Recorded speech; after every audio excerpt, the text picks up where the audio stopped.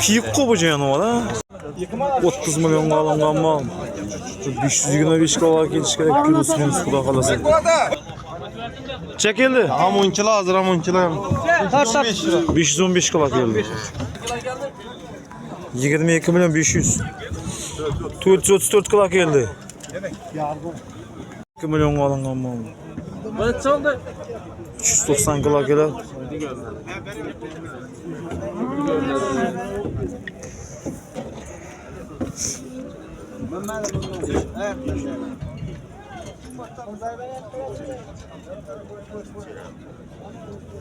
$83 kilo. 22 milyon alıngan. Neçeden boptu? 64.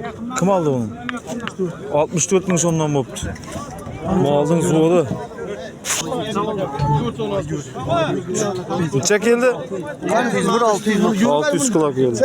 530 kilo geldi, 535.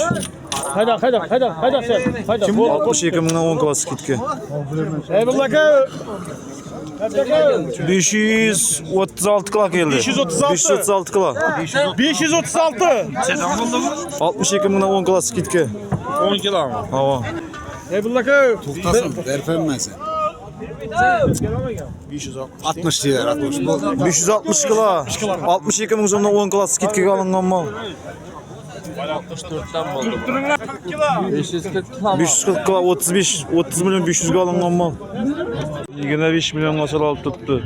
Sıfatlı mal ekan boyunda qarab. Kötü yok ekan lekin 420 ya bu. Arkası yok ekan. Kıla görverek kıla ortaklar. Görün onu. Bisteki ver. 420 kadar şu. 420 kilo geldi. Neçe? Balman neçe oldu? 30 milyon alıngan mal. 320 kilo.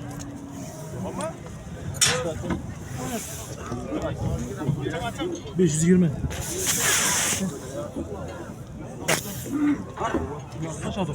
533 kilo geldi. 30 milyon alıngan mal.